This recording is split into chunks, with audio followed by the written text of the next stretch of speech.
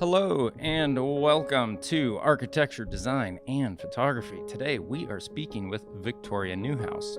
She is an American architectural historian. She founded the Architectural History Foundation, a nonprofit scholarly book publisher, and is a frequent author on architectural-related subjects. She has written for major architectural journals and newspapers, and of most interest, she wrote this book along with Alex Pisha. I'm excited to talk to Victoria because I've been reading through this book over the last week, and it's really interesting. It's a really interesting look at society, how we're changing, and how we value the spaces and change them, the spaces that are left over after industrial use, pollution, and everything else, and how we beautify them back into parks and everything else.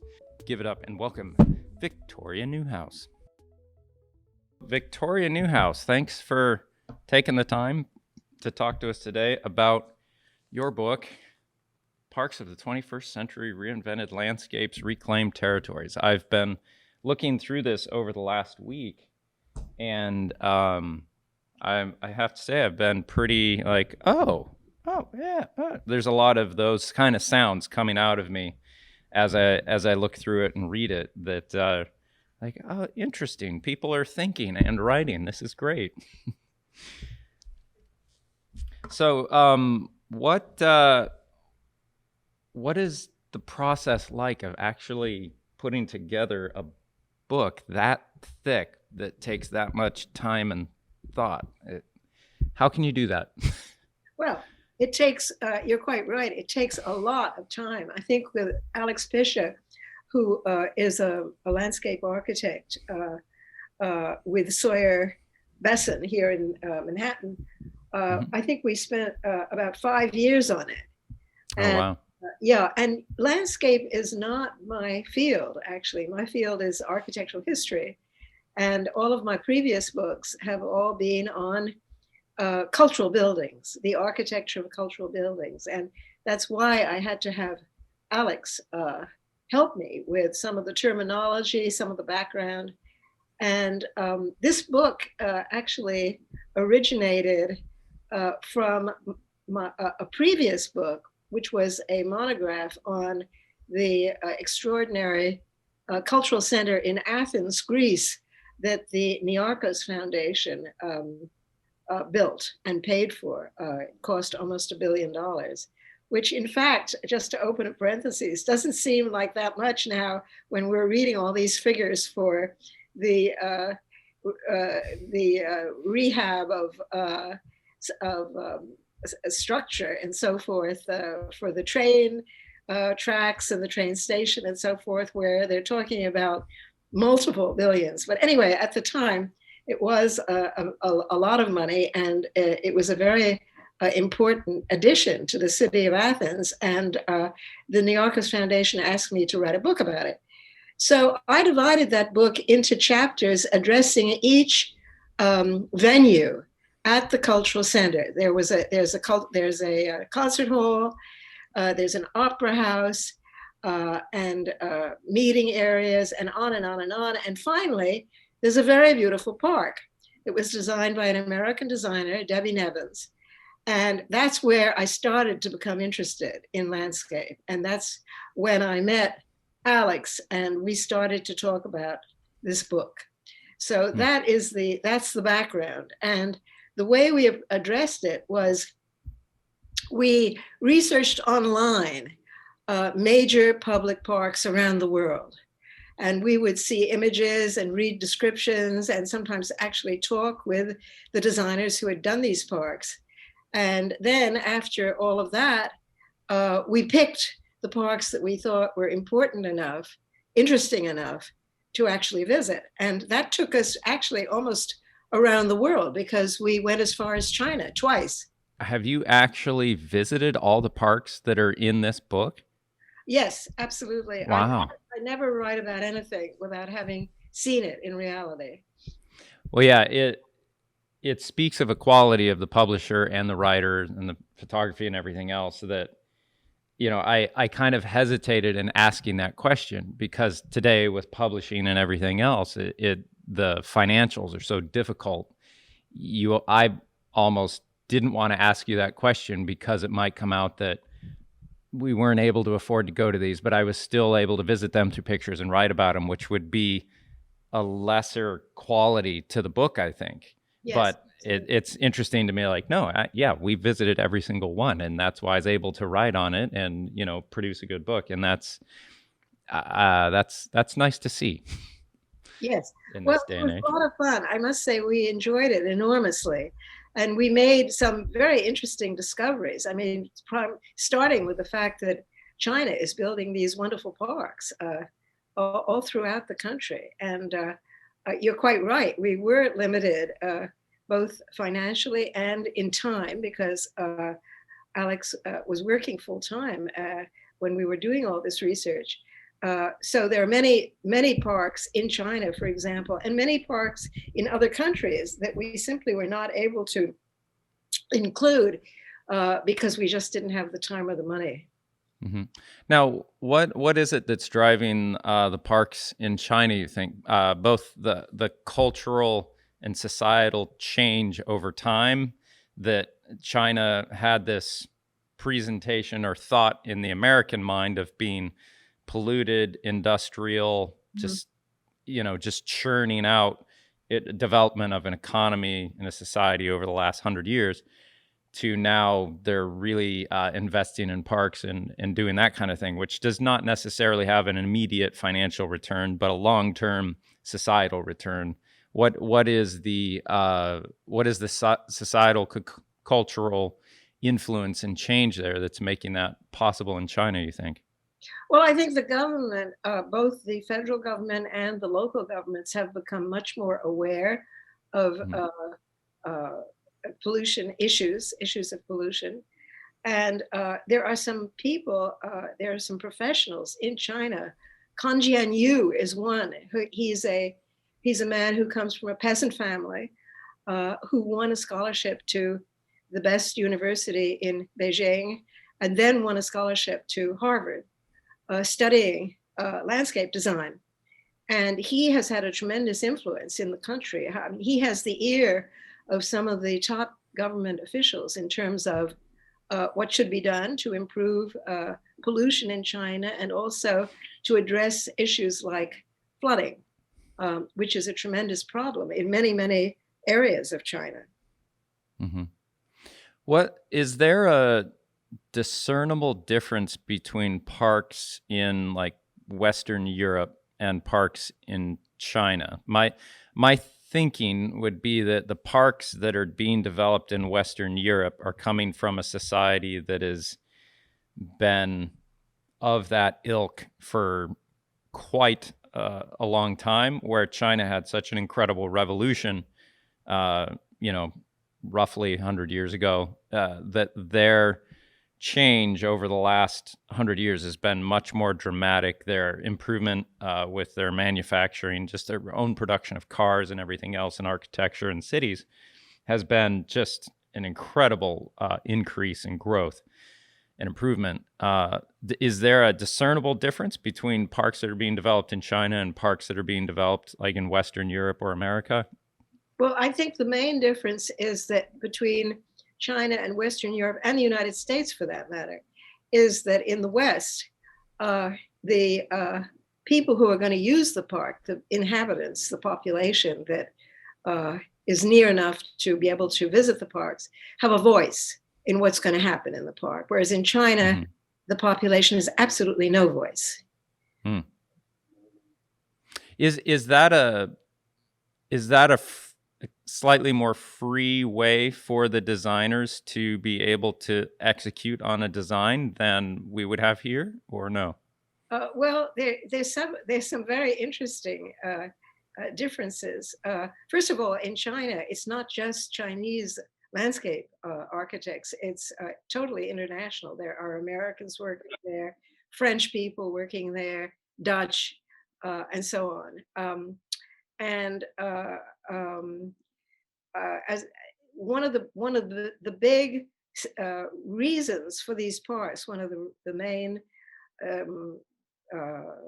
reasons that they get built, is that the Chinese, as you just pointed out, have had this tremendous revolution and change in their society. One aspect of which is, of course, housing. And the Chinese have built thousands of high-rise towers throughout the country, not all of which are even occupied at this time, but with the thought that they eventually will be, and that the population will be living in completely modern, up-to-date conditions. So the many parks we visited were conceived to complement that kind of housing arrangement, so that the thousands of people now living in those towers, or who are going to live in those towers, will have an area for recreation. It's an interesting position to put myself in, because if I think about, like, that would be interesting to exist in that society because of the forward thinking and ease of idea to execution that they might have within their own government to produce cities and designs and parks. It's a much more singular mindset of idea to execution, because everything is essentially controlled by the central government there, which in some ways would be really nice. But as an American mindset of high individualism and complete autonomy and freedom, that the idea that we live in that, it runs contrary to what you would experience living in that society. So you have these kind of benefits and drawbacks that you have to kind of project in your mind and wonder which would be better long term or not. And it's maybe not that one's better or not, but they're just different. They're different ways of approaching cultures and societies, and maybe that's just completely fine. And we don't have to think in the ways of, everyone needs to be American or everyone needs to be Chinese in their approach to society and parks and design and all that. Well, one very interesting difference in China is that the officials who control the creation of these parks usually are serving a 5-year term in office, and they are almost all obsessed with the idea of finishing the project before their term is up. So 5 years in terms of designing a park is absolutely nothing. So there's a lot of, there's a lot of shortcuts that are taken, like transporting trees that are already mature, which is much more expensive, of course, than planting saplings, and many other aspects of park construction in China, which are revved up. And the foreign landscape architects working in China almost all express their amazement to us at how quickly their designs were built. Because if they had been doing the same design in Europe or the United States, just starting with the conversations of the population that are going to, be questioned about what their preferences. I mean, sometimes in America that takes years to get through, hundreds of meetings. So without any of that aspect of park design to worry about, these parks in China just spring up like mushrooms in rain. That's a great. I understand immediately that comment. We go walk in our woods a lot, and after rain, those mushrooms just pop up so quick. Yeah, I wonder which process, what the benefits and the negatives are of the different processes of one taking more time and one being quick. There's got to be some detriment to quick.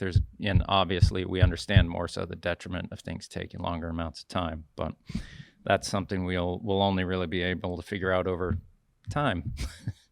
Why is this book particularly important today, in your opinion? Well, I think we're all more aware of climate change today. We've just seen this tremendous hurricane that swept through the Caribbean and the south of the United States. And it's just one of many climate events that are becoming stronger and more problematic.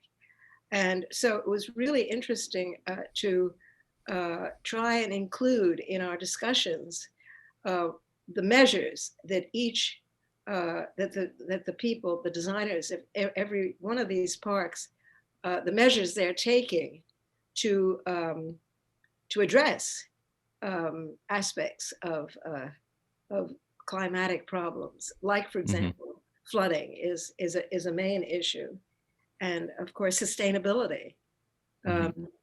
So we really made a very, very strong effort to in each park include, and there always was. I think we specifically chose parks that had interesting aspects of water control, for example. Yeah, it seems like a lot of the parks that I've been able to review in the book so far come after an industrial situation has left an area, and either airports or manufacturing areas or whatever have been left by the polluting and capitalist engine of just driving the economy through manufacturing. These institutions and processes have kind of left areas that are in many ways more expensive to do in those areas. And so you get these shells of, like, the town that I live in is an old mill town. And, the industry just kind of turned over and died in this area. It was all textiles. I think it mostly breathed its last breath in the probably 50s. And since then, we're just on the verge of gentrification now, which is kind of a blessing and a curse at the same time.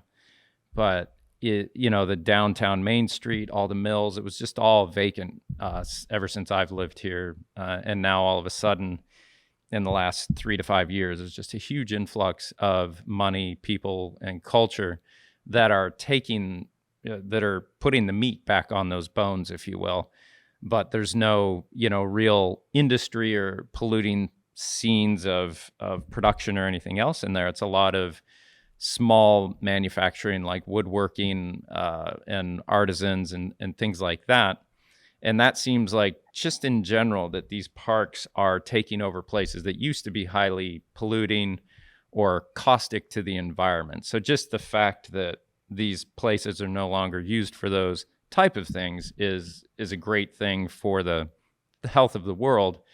But how is it that the water control and the reuse of these things are contributing to limiting or reversing climate change in some way? Yeah, I mean, that's another very, very important part of the book, is the reclaiming of these post-industrial sites. And one of the ironies of the industrial occupation of those sites is that very, very often they were really very beautiful sites along rivers, for example, because right. close to transportation. So you have this beautiful waterside landscape, which nobody could ever see because it was occupied by some sort of factory, and which was being completely polluted by the industry occupying it. So that was one of the things that we found most interesting, is how these, and it appears in the subtitle of our book, how these very beautiful landscapes are being reclaimed now. And we have several illustrations right here in New York City, where, for example, Brooklyn Bridge Park, where I was walking last weekend, was completely occupied by shipping and completely inaccessible to the public. And now it has been made into the most magnificent park, really quite a long park, leaving in place the support system for the quays, or the whatever the loading docks. All of that metal structure was left in place, and the planning was done on it. The planning and also sports facilities. So the result is something really extraordinary. One of the leading landscape architects in the country, Michael van Valkenburg, created that park, and he really deserves tremendous praise for what he did there. It's an interesting thought to ball the development of a society and a culture over a long period of time, to understand that the starting of a culture is going to be a much more intense and searching to find ways to support itself and stay alive. So in America, the Industrial Revolution, there's much less thought towards being nice to the environment or anything else. It was just dig in, make the money, establish yourself, and you grow and you start to get more culture around the country, around the society, and then you start to farm out your manufacturing because it becomes so caustic and ugly within your own environment that's established. You kind of push that out to other countries, but then you're left with these vacant areas that over time it's like, well, naturally these now become parks, but as a society, it seems like you kind of build up that ability to make money, but then it has a caustic environment that surrounds it. And so you then kind of outsource it to other countries that are trying to establish themselves, outsource it to India, outsource it to China, let them ruin their countries with it. And now they're kind of on that trajectory of realizing like, oh, maybe we don't need to be so caustic with our manufacturing and we can start to have more parks and stuff. And it seems like, are they approaching parks like we have, that they're recapturing industrial areas like in India and China, or are they proactively, while still having this intense manufacturing within their country, saying we're going to proactively put parks where there's not been anything because we're projecting that these high rises are going to be used by our population and we're going to need parks? Is it a more proactive thought process there rather than reactive? It kind of seems like we've done a reactive process just with our environment here in the U.S. Is that a similar thing in the other countries you've seen that are more on that upward trend of development? Absolutely. All of the parks that we included, whether they be in the U.S., Europe, or China, they all stem from this idea of reclaiming land. By the way, you talked about the financial aspect of industry. Parks make a lot of money, not for themselves, but for the neighborhood that they are built in. I mean, starting with Central Park, when that was completed in the middle of the 19th century, the land around Central Park, and I have some of these figures in the book, increased in value enormously. Right. As you yourself mentioned about gentrification, I mean, it has its good and its problematic sides for people who have lived in a neighborhood for generations to suddenly find that they're living in areas that they can no longer afford. But they're much nicer. Yeah, they're much safer. Safer, but they can't always afford them. So I think we had the interesting experience of visiting parks along our waterway here, along the East River, and also in Shanghai along the river, the big river that flows through the I think it's called the Hangpo River. And what is being done in both cases is very similar. In areas that had been used by industry, by different aspects of industry. In China, more factories than here on our eastern seacoast. But they are, the factories, as you pointed out, are now obsolete. There's no need for them anymore. And so there's a very similar effort to landscape those areas and make them beautiful. There's one very interesting difference in the way that's being done between New York, for example, and Shanghai. In New York, in all of the riverside parks, there's a tremendous effort to make the river accessible, not necessarily to swim in. I mean, that would be a little premature, but for people to actually walk right down to the water and dip their toes in the water. That does not happen in China. In China, there's a flood. Well, I should say in Shanghai, not all over China, but there's a flood wall that a very, very, obvious big flood wall that's built all along the river. So people cannot get anywhere near the water there. There's no effort to to try and make the river accessible in that way, even Now, though it can be seen, but nothing more than that. not interacted with in any sense. No. There is a large river in China that has a tidal bore that people surf on, that fly there from around the world to, if the government will allow them to come and do this, they get jet skis and they catch up with this tidal wave that comes up the river every tide. God, And I've where seen is video that? of it. It's amazing. It's incredible. If you have strange fascination with stuff like that, like I do, there's several rivers around the world where this happens, like in the Amazon, and there's one in Indonesia, there's one in England, there's some in Alaska, there's some small ones here in Maine, I believe. But in China, there's a huge one, and they have this huge structure on the side of the river because an actual wave like just pushes up at the right tides, and you can see it washing along the banks. It'll just rip everything off if you haven't constructed some banks to retain it and everything else. But what were your most significant findings in researching for this book? Well, I think China was a tremendous revelation to us. We learned so much about the country. I mean, including the construction going on there for residential, which would be a great model for us, where we are so deficient in affordable housing at this time.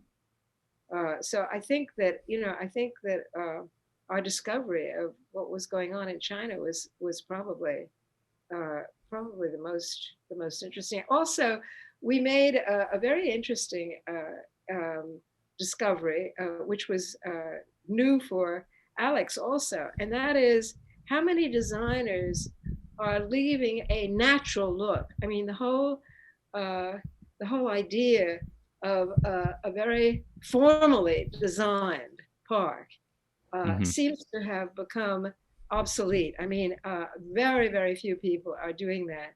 And there's more and more space being left now for really just natural growth. I mean, right here, again, since I live in New York, I'm more aware of examples here, but in Staten Island, they're preparing this enormous park, which is being constructed, where there was this infamous garbage dump for decades, I think almost half a century.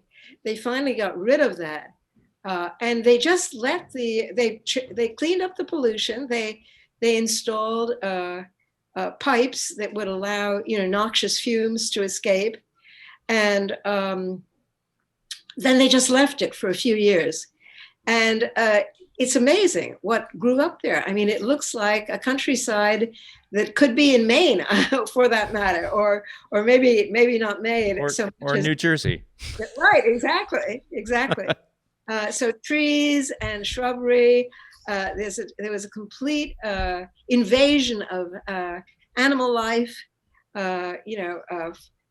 Furry animals, also birds of all kinds.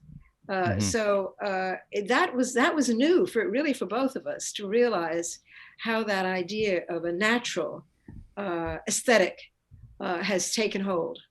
I always wonder, like, if we all just kind of took a vacation and went to Mars for the next, even just 100 years, what this place would look like in 100 years, how the vines and the trees and the animals they just close right back in over it. If you look at Angkor, is it Angkor Wat, the huge temple structure in Cambodia? Yes. I mean, that thing was just grown over in a matter of time. And the stuff we're starting to find in South America that we only find with, I think, LiDAR, the jungle just takes over these cities that were hundreds of thousands of people that are hardly even recognizable if you were to walk through it, if you weren't 10 feet from it and put your hand on it and realize, like, oh my goodness, this is an actual pyramid, not a hill. There's an interesting idea of how nature actually takes over, cleans things back up pretty quickly if you just get out of its way, which, I think it might get us out of its way eventually. So who knows? You need to play nicely with the other life forms on your planet. Maybe that's the way of making that work out best. So what do you think people will get from reading the book? What's your hope that maybe not even people that would be of the same mindset that, hey, it's great to do parks. That's preaching to the choir. People who might be a little more opposed to spending public money on parks or anything else like that. What do you hope the convincing argument or the takeaway from the book would be to people who might not be as the same mindset of you that you'd hope to speak to? Yeah, well, that's a very good question. Well, first of all, I think we hope that it will help people in communities that are thinking about creating a park to give a model of how some parks were done, and also to help persuade some people who might be skeptical about doing a park, to bring them over to the idea that a park might be a good thing. I hope it'll give designers some ideas with the lavish illustrations that we've included. I hope that it will give some designers some ideas, and hopefully it will also influence governments, local governments, raise their awareness of what needs to be done for climate change. And what was of all the parks that you wrote on for this book about, what was the most successful, you thought, in visiting, where you were just like, wow, this park is extremely successful because fill in the blank? Well, there's a park on the outskirts of Paris, and this park also very much accepts the idea of a natural look, and it was done in connection with a new community, a low cost community of people of very modest means, and what they did was clean up the area that had it had been used as it had been a quarry that had become obsolete. So they got rid of the quarry and of all the pollution that had developed around the quarry. And then they really more or less let things take over, as you just described. One brilliant thing they did was they slightly enlarged the Seine River, which flows by this area. So, I mean, the landscapes are just really gorgeous. The combination of the shrubbery and the trees and the water and that really stays with me. I would imagine Parisians are more of the mindset to actually take the time to go and enjoy a park more than Americans. Hopefully. Certainly, I think the people in this community enjoy it. How has this book changed your perspective in your life from focusing more on specifically architectural writing to take on a project this big where you focus on a very different subject matter, at least in the material of its own construction, compared to architecture? It convinced me never to do that again. It's much too difficult to switch disciplines, and I'm never going to try and do it again. I want to stay in my own area, which is architecture. Yeah, I've had a lot of work that for me cross-pollinates just naturally, where there's a really, really talented architect or landscape designer here in Maine, Todd Richardson, and he does a very, very natural landscape design where it's basically the home just landed in the woods and it happens to be all natural, things that would exist here anyways. And we've just kind of slightly rearranged the rocks and the blueberries and the trees to just be the most incredible thing you've ever seen. And that, to me, it's really very interesting seeing his stuff and interacting with it. But it's very difficult for me to switch my thought process in my eye to see architecture that I normally shoot to then focus specifically on just a landscape design. Because I don't do it as much, it's a harder thing to try and translate into the medium that I speak of, photography.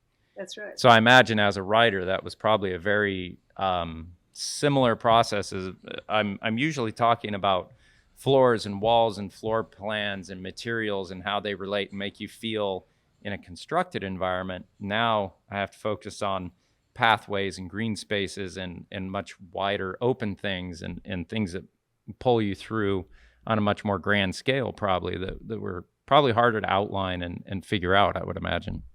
I think so. One thing I'd like to add, which I haven't mentioned so far, is the way parks everywhere are programmed now. I mean, you don't just design a park and let people walk around in it. There's so many different activities for youngsters, for older people, for the population in general. And I mean, there's a new park that I describe in the book in Chicago. It's called the 606, and they have at least one event every day there. Free, it's completely free. And they have a woman who does nothing but program events for that park. And this is not unusual. I imagine that facilitates a lot of communication and interaction within a community, which is I think, such an incredibly important thing, especially with how divided we're getting with our, somewhat petty differences in politics and everything else. I'd imagine being able to create spaces that bring people of different, foundational personality traits together to understand each other, to understand we all have the same hopes, dreams, and fears. We just have different ways of thinking about it and approaching it, which are often very complementary if we can allow the respect of the other. But the thing that I found to be difficult in your book, not the book, but I would imagine that reclaiming an airport and turning it into something like a great park would be extremely difficult, because for me, I imagine it, what do I do with all this flat space? How did you find the parks that were done around reclaimed airports were done and done successfully? Because I think that would be so difficult. Well, it was approached completely differently in different areas. Like, for example, there's a park in Germany that was a small U.S. air base, and there they chopped up all of the concrete, the asphalt, and everything, and then worked around the fragments of concrete and so forth, which was tremendously time-consuming, even although they didn't remove it completely. The most extreme example that we found of an airport, a conversion, was in Berlin, where the famous Tempelhof airport, which had been used during the Berlin airlift in the 60s, the government hired a firm, they happened to be from Scotland, for the design, which they produced. And the people in Berlin just rose up like one mass of people and nixed it. They didn't want the thing torn up. They wanted it left just the way it was, with the runways and all of the stuff connected with the airport. And it's been a tremendous success. I mean, they get millions of visitors every year there. Huh. Well, do you know what the reasoning was, that they didn't want to change it too much like that, or? I think they were worried that once designs started and things were moved around and changed, that development would occur that they didn't want. They didn't want a tower suddenly appearing in this area. Right. It is kind of almost like a suburban area of Berlin. So what did they end up doing with the park? They just left it. And, of course, as you pointed out, grass grew in various areas. Some trees came and self-pollinated. And I walked around there with one of the people in the government who's responsible for that park. It's completely maintained by the local population. They're very mistrustful of government coming into it. So they take care of all the maintenance and the security. And there's areas where people have created vegetable gardens, which looked very flourishing, interesting. A lot of bike riding. They've cordoned off an area where people fly kites and do, I think, even some paragliding. Cool. Yeah. No, I have lots of pictures of it in the book. There's one, I think, I didn't get that far in, but there's one. It was an image where there was just the asphalt with a yellow line in the middle that looked like a path that you would just walk down in between, growth and everything else. That looked pretty cool. Like, someone left the middle of this with the yellow line. It's kind of a yellow brick road in a way, just a path that you would follow that looked pretty fun. I haven't looked into that one further yet, but yeah, that's the one. Into that. It was the air base, the American air base. Okay. Let's see. What don't we know about parks of the 21st century that we should know? What don't we know that we should know? Well, I think people are not aware enough of the importance of maintenance. And I learned that, again, I'm coming back to New York as an example. Central Park in the 1970s was absolutely useless because it was dangerous, first of all. People were afraid to go in it, especially women with small children. And it was a mess. And then this one woman came along who just made it her aim in life to reclaim the park. And she raised money privately, donations. And now, of course, it's one of the great assets of the city. But that's terribly important because it's not enough to create a beautiful park. A park is made up of living things. So you have to maintain it. Takes a village. That's right. Let's see. I have multiple questions here. All of them are good. Most of them were sent by Dean, and I think I need to hire him to come up with questions because he comes up with great questions. Here we go. How important were the photographs in the book, and how did you arrange for them to be taken? Well, as with my earlier books on architecture, I get all my illustrations from the designers. I never have my own photographer. First of all, it would be much expensive and too complicated to arrange. So all of the photographs in the book come from the designers. And so most of them they had, they were part of their archive. Mm-hmm. How much did you take a camera around with you when you were visiting these parks and capture your own experience? Well, Alex took a lot of pictures, mostly of details that he wanted to remember. I don't photograph. I'm a terrible photographer. Well, I'm trying to get to the point of being able to do what you do just in a little bit. I can't seemingly write to save my life, but it's such an incredibly good cathartic process just for your own mental development. I love speaking and interviewing or speaking with and interviewing authors because that process of looking at a problem and trying to mentally think it out and figure out something new on the other side of the problem or the presentation of the problem and presenting a solution and thinking that through is just it's an invigorating process for me. I just don't know how to get it into words in a nice way. I can translate visually, less so with writing. So I have a lot of respect for what you guys do, and I'm becoming a hobbyist, we'll say, of what you do. Oh, good. Well, I'm glad we converted you. What do you think the role of the photographers are in spurring social change and appreciation for the environment? Well, I think photography is terribly important. I mean, certainly it's a major part of my book.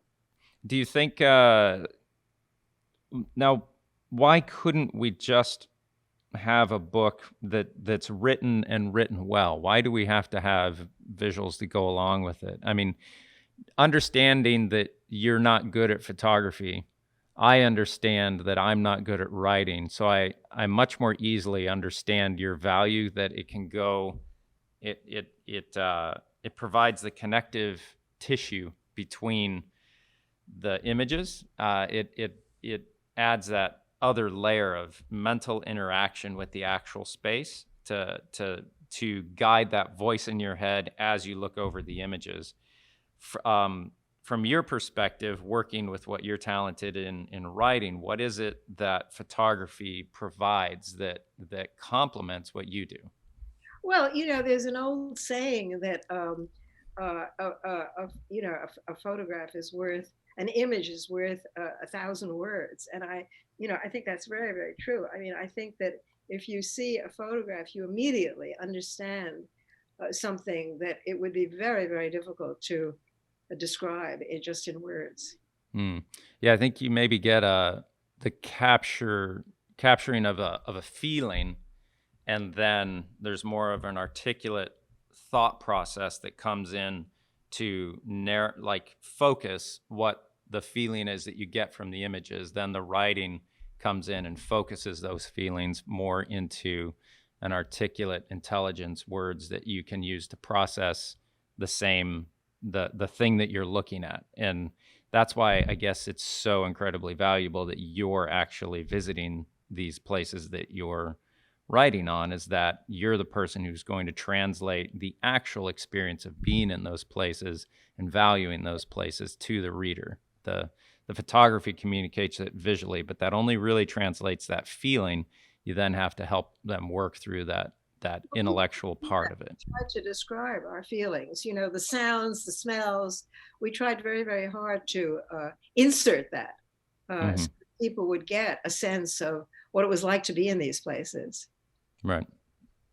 Yeah, to me, the thing that kept coming up for me when I was looking through the book was the big dig in Boston. I just was shooting in Boston yesterday, and as we were driving out, my assistant and I were talking. We're going over the new bridge, and I remember visiting Boston in the early 90s, maybe, and it's all fuzzy that far back, but I remember when the city still had the highway going through the city. Yes. And it was so incredibly loud, and it just felt just harsh, dirty, loud. The noise was so much. And then now to be in that same area in Boston, there's this trail blazed through the city that's all this pleasant area that's been turned into such an incredible asset for the city. That was such a transformation that only happens over going on a few decades. But then also the High Line in New York, we did a video project for installing one of the sculptures in one of the areas of the High Line. And that is a incredible experience to go up. It's a second level park, just wandering through New York City. That was really incredible, that I've actually been able to experience, that I thought was incredibly well done from what I've seen, but I haven't fully explored it yet. I don't know if you've had much interaction with High Line, and if I didn't see it included in there, I don't know if it was or not, but it's a pretty interesting project from my experience. We didn't include it because by the time we started work on our book, it had been written about so much. We figured we had nothing more to add. Yeah. Have you been through that park much, or? Many times, many times. Yeah. There are many imitators. The 606 in Chicago, by the way, is also a former elevated train. Oh, okay. And that has been turned into an elevated park like the High Line. All right, a quick power round. What were your favorite destinations in the book, and why? My favorite, without a doubt, China. And I'm just so grateful that I was able to travel there while the political situation was still cool enough to be able to travel there. I mean, I wouldn't want to go back to China today, frankly, but everything about traveling in China was wonderful during those years, a few years back, starting with the food. I mean, the food is so amazing. It makes Chinese restaurants in New York look rather sad, but the amount of the different dishes that are proposed, and the way that it's served in such an informal, friendly way. It was just great. And by the way, in China, every train we took was exactly on time, quiet, clean, and every plane we took, and we took a number, was also the same, exactly on time. And everything is very up to date. The airports, the railroad stations are, they're all new, so they're beautiful. Yeah, my closest experience with China is I went to Hong Kong with my parents back when I was a kid, and the food, I remember the food being amazing, the environment and the culture just so drastically different and vibrant and just amazing. Really, really enjoyed it. Final question to round it out. If you were to do this book over, what would you do differently? Oh boy, that's something I'd have to think about. I really would. Well, I'll tell you what I would do differently. I'd try and scrape together enough money to go to countries that have very beautiful parks, like Japan, for example. I just couldn't afford to. And Australia. Australia has some of the most astounding new parks that I've seen, online. So that's what I would do differently. All right. Well, Victoria, thank you so much for your time. Thank you for putting this book together. I'm very excited to actually finish going through this. I'm going to share it with my friend, Todd Richardson, who's a landscape architect, who I'm sure is really going to appreciate the work you've done here. And thanks again for taking the time to speak with us. Thank you, Trent. I'm honored to have been on your show. Thank you. Have a good day. Bye. Thank you. You too.